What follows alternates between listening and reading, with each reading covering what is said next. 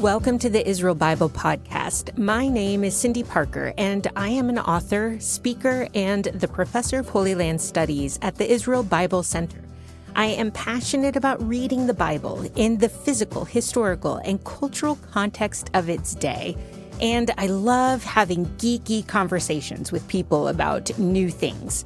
In this podcast, I'd like to invite you to join me as I sit down each week with other faculty members and guests at IBC to discover new aspects of the Bible. These are some of my favorite dialogues because as a modern audience reading an ancient text, we know that the Bible does not need to be rewritten, but it needs to be reread. Hey everyone, welcome back to the Israel Bible Podcast. I received lots of messages that we were dearly missed, and thank you for missing us, and thank you for listening again to the podcast. It is fun to be with you once more. I was in Israel all summer and exploring the land and getting back in touch with all the things that I love to do. And in the meantime, Israel Bible Center has been producing so many new roundtable talks, lots of new and fascinating courses, and I cannot wait to dig into all of this material with all of you. So I have been more recently thinking a lot about the creation narratives of Genesis, mainly because I'm starting to teach several different classes where I'm teaching the whole narrative of the Bible, and we always start with these Genesis narratives, and I love them because they set the worldview for people. They tell us how to understand the human place in the world and the type of hope that we can have regarding God's activity in the world. I also really enjoy comparing the Israelite stories with other surrounding ancient Near Eastern stories of creation and being, which means I really do need to interview Dr. Nicholas Shazer on his course, Israelite Creation in Context. Have you taken it yet? Because it's really good, and we should dive into all of that. But what happens if we pause before we compare Israelite narratives to surrounding narratives, and we actually just look at the Israelite creation stories in different translations? What do we learn when we compare the Hebrew version of the creation narratives with the Greek versions? Well, if you are curious like me, you will be happy to know that in a recent roundtable talk, Dr. Yeshaya Gruber sat down with Dr. Robert Hiebert for a conversation titled Creator and Creation in the Septuagint. It is so good, and it is super wonderfully nerdy. So I'm just going to choose a few fun points out of their conversation and highlight them for you. Let's start first with some basic vocabulary so that we're all on the same page. What is the Septuagint? And when was it created? And what is it that we can learn by studying it?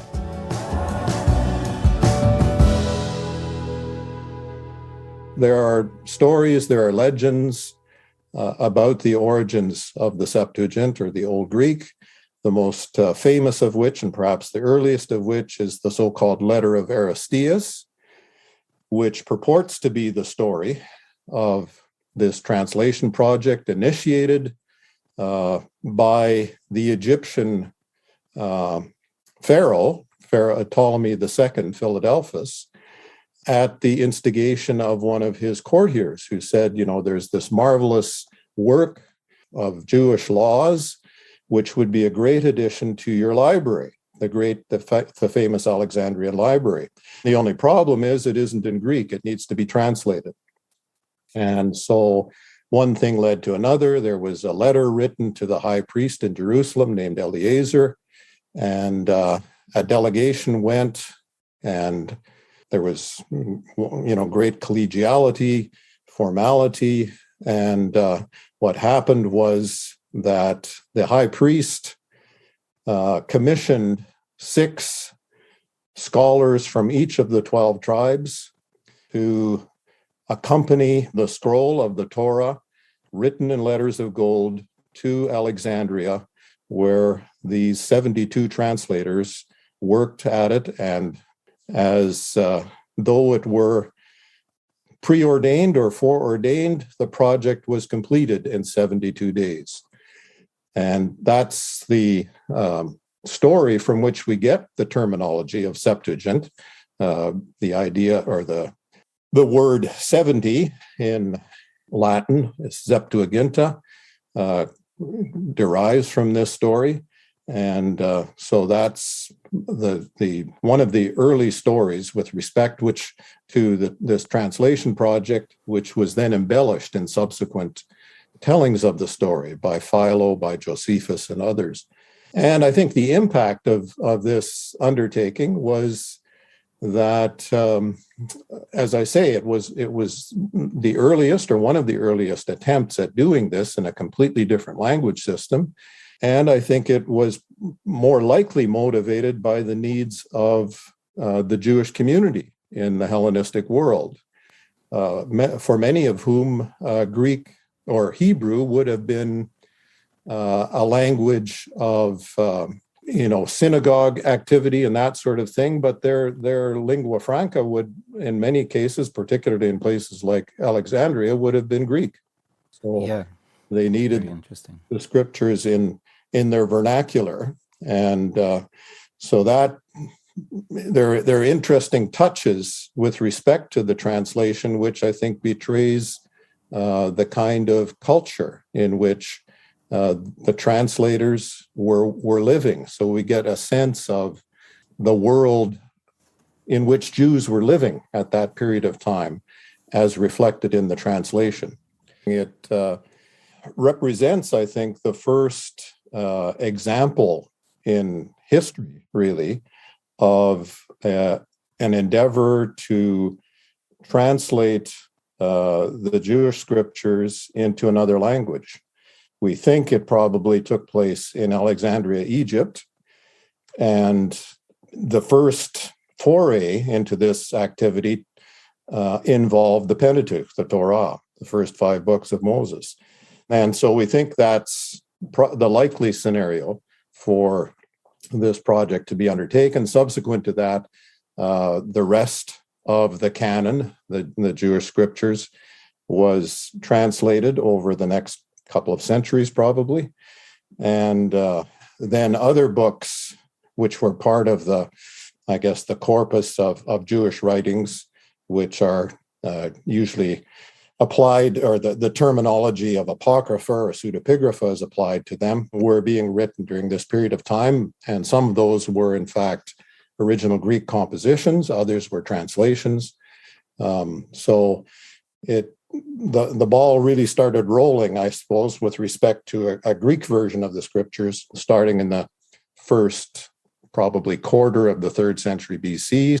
In the Roundtable Talk, Dr. Hiebert talks at great length about several different Greek translations and documents and their personalities, per se. Did you even know that there were other Greek translations of the Jewish scriptures aside from the Septuagint, and those date to the 2nd century AD? So that would be 400 to 500 years after the Septuagint. And if you want to nerd out about that, go listen to the full conversation on the IBC website. It is very fascinating. But in this episode of the podcast, we are focusing specifically on the Septuagint. And as Dr. Hiebert mentioned, there are legends about why the Septuagint exists. So an Egyptian ruler wanted a copy of the Jewish law, and he commissioned scholars to create a translation. Or there are historical reasons to think that the Greek-speaking Jewish community itself wanted its own translation. There's a conversation that follows this question about why the Septuagint came out, and that would be, can we tell if the translation happened at one time or over a long period of time? Were there multiple translators involved? Are there different versions of the Septuagint? It's I think good to or appropriate to think of it in terms of multiple translations. I think, for example, with respect to the Pentateuch, the first 5 books, there's good evidence that it's likely there were different translators for each of the books, or at least significant sections. This goes against kind of the legends, which suggest that when the 72 translators worked, they came up with a unified document in the sense of everybody agreed that this was the way it should be written. But when we actually, or translated, when we actually look at the linguistic phenomena, it's clear that there is variety, even within the same book, in terms of how to render, Hebrew terms, Hebrew expressions, the syntax, and that sort of thing. So there's a variety that exists, and that suggests unanimity on everything. A common consensus is a less likely option. That each translator worked independently to some extent, but that then these early translations created kind of a precedent for subsequent translators. And so some of the decisions that were made by the earliest translators, presumably the Pentateuch, influenced subsequent translators in some of their decisions. So, yeah, I think there's a variety, and you go from book to book throughout the canon, and there's a range from kind of very close proximity to the Hebrew text to a great deal of freedom and everything in between. But even within the book, sometimes you get extreme fidelity to the Hebrew and then very good Greek in the same book in other places. So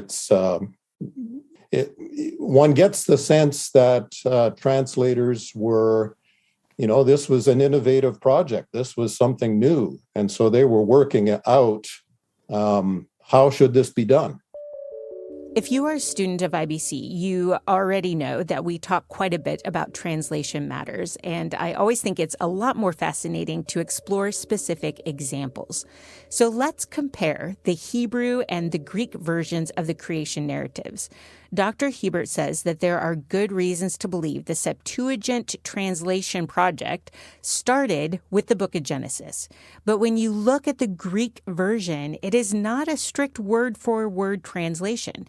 There are added brackets or phrases or clues as to how to read it.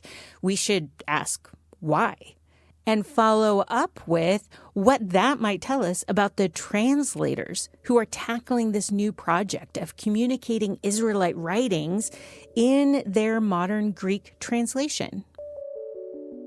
And this is an interesting feature where, whereas the book of Genesis tends to follow the Hebrew pretty closely throughout the book, this is one of the places right off the bat in the first chapter and a bit where there's a bit of a departure, and there's a conscious decision, it seems, on the part of the translator to bracket this passage, from 1 verse 1 to 2 verse 3, so that there's similar or the same wording at the beginning and at the end. And of course, this is a strategy that is used in the Hebrew Bible too, in different parts, where the earliest manuscripts, of course, that were produced didn't have things like chapter and verse divisions, but there were ways in which sections of text were demarcated.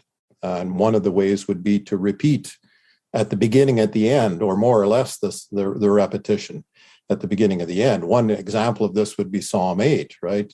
O Lord our God, how majestic is your name in all the earth. That's verse 1, and that's the last verse. And so it brackets that psalm. And so in the book of Genesis, it starts off, of course, Hebrew, Bereshit bara Elohim et hashamayim ve'et haaretz, in the beginning.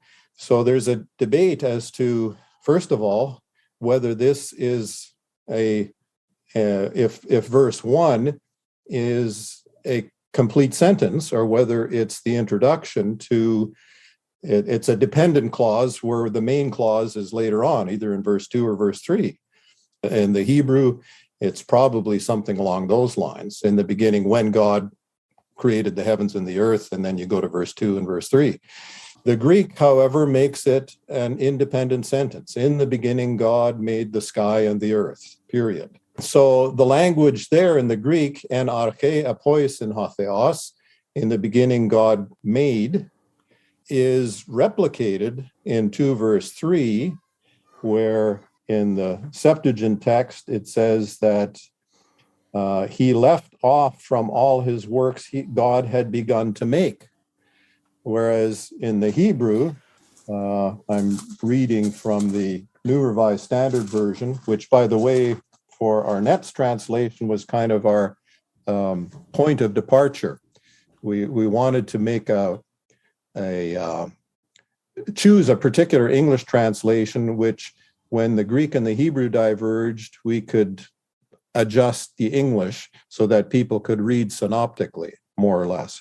So the Hebrew text reads something to the effect that in 2 verse 3, God rested from all the work that he had done in creation, as opposed to the works that God had begun to make. And so this idea of a beginning is replicated in 1 verse 1 and 2 verse 3, the idea of a beginning and of God making things. That's repeated in the Greek, and it doesn't have a corresponding feature in the Hebrew in the same way. So that's a deliberate choice, seemingly to demarcate this passage as, a discrete unit or an independent unit. This sounds like a really little detail, but it's kind of big, right? Either in the beginning of the act of creation, when we, the audience, enter the drama, we see God in the act of creating. That's the Hebrew version. Or we, the audience, are there for the very initial part of beginning. In a moment, bam, God started creating. The Septuagint version. Subtle language shifts, right? But with very important distinctions. In the Roundtable Talk, Dr. Gruber then points out another contrast between the Hebrew and the Greek in Genesis chapter 1. It seems that in the Septuagint translation of Genesis, there's something that's called semantic leveling when it comes to two important Hebrew verbs that appear in this first story of creation, asa and bara, to make, usually in English rendered as to make and to create. So to create is kind of the higher type of activity that is assumed to be appropriate for God. But in the Septuagint, they're all rendered by poieo, Right. or most of the time, which is to make or to do. Right. This raises a really interesting question or problem, I think, because it's the kind of distinction that you would have thought that they wanted to preserve, or they would have wanted to preserve. Right. So how can it be that in this, opening part of the translation, they decided to merge those two concepts that seem so different in the Hebrew? Well, yeah, that's one of those questions, right? And a lot of these questions, we can only speculate as to what their motivation would be. But I would say that this was one of the places at which subsequent Greek translations felt, this could be improved upon. So in Aquila, Symmachus, and Theodotion, in 1 verse 27, for example, where bara occurs, the word is ktidzo in Greek, which is one of your standard words for create. That would correspond to bara much better than a poieo. And Aquila also in verse 1 has ktidzo rather than poieo. So from the very first verse, subsequent Greek translators, Jewish Greek translators, presumably Aquila there's some debate as to whether they were Jewish or not. But they felt, those first translators could have done a better job, and let's put a word in that more closely corresponds to Hebrew bara than poieo. So why they chose to do that is a good question. I'm not sure I have a good answer. Semantic leveling. Okay, but what about when a word is added, not taken away? What do we see when we notice that translators are choosing a Greek word that is really thick with meaning in the Greek Hellenistic thought, and that word is being used to communicate a Hebraic idea?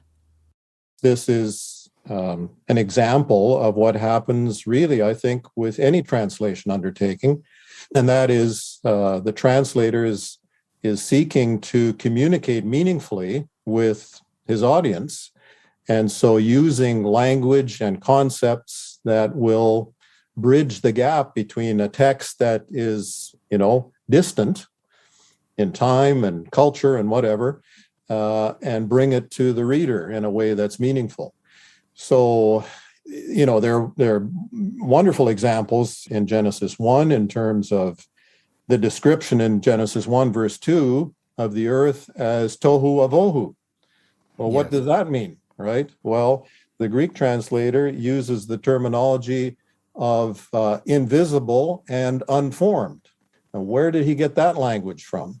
Well, there are a number of possibilities from within the text. Invisible, well, there wasn't any light, right? So you couldn't see it, or water covered everything, so you couldn't see it. But it's interesting that Plato, for example, uses that terminology with respect to his concept of the material physical world being based upon the world of ideas or forms, which are invisible, but they exist prior to the actual material physical world. And so the creation process involves giving form and structure to an idea that is invisible and unstructured. Well, that's the language that's used to express whatever is meant in Hebrew by tohu avohu. It's different, although we're not always sure what the Hebrew terms mean because they don't occur that often. So he's borrowing language that would have been familiar to a literate Greek reader to say, okay, this is presumably what it means in Greek. Other places in Genesis, by the way, in which it looks as though the Greek translators are using concepts from Greek literature and even mythology come in chapter 6, the story about the sons of God and the daughters of men producing, Giborim, and then later in Genesis talk about the Rephaim. Well, in Greek, they're hoi gigantes, the giants, which in Greek mythology were the product of the gods producing a race of warrior humans. So the Greek translator picks that language to describe, these shadowy figures in the past. And of course, with respect to the Rephaim and so on, there's talk later on about them, the inhabitants of Canaan being Rephaim and that sort of thing, and they're being big people and that sort of thing, having great cities. So that fit into the picture. Anytime we start talking about translations and people making choices when it comes to taking words with meaning and putting them into a different language with words that have different meanings, or in a sentence structure that conveys meaning in very different forms, well, some people get a little bit nervous. How much confidence do we have about our scriptures? And how do we know we are reading what the author originally intended? If we are looking at a translation, can we negotiate our way back to the original text? So, what does this scholar who spends his entire life examining text say to that? One makes an informed decision to say, this is in all probability what would have been there. Can we be absolutely certain at every point? No, we can't. But we can reconstruct with a pretty high degree of certainty what the original would have looked like. Now, that varies from book to book, of course. Some books in the Septuagint corpus, for example, Jeremiah, which looks in the Greek version quite different, both in terms of length, but also in terms of arrangement of contents than the Masoretic text. So, or, a book like Esther, which has two very early Greek translations. And the question is, what's the relationship between these translations? So in some books, it's more complicated than it is for other books. But I think in by and large, with most of the books, we can do a pretty good job of reconstructing the original. Why do I say, I have confidence? Because I'm convinced that for the most part, human communication is intentional. So, kind of in postmodern hermeneutics, there's this sense, that has pervaded a lot of times the conversation space, that, well, how can we possibly presume to understand what someone thousands of years ago in a different culture and different language system meant? And so meaning has come to reside in the reader, the interpreter, rather than in the original text. And I'm saying, well, we can't be so pessimistic, because people communicated with intention.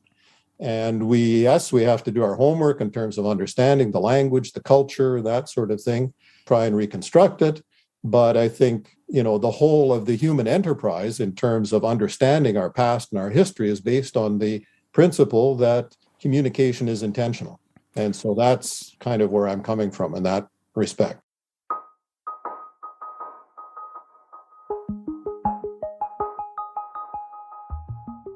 Well, you've been listening to a really short summary of little bits and pieces of the conversation that Dr. Gruber had with Dr. Hiebert.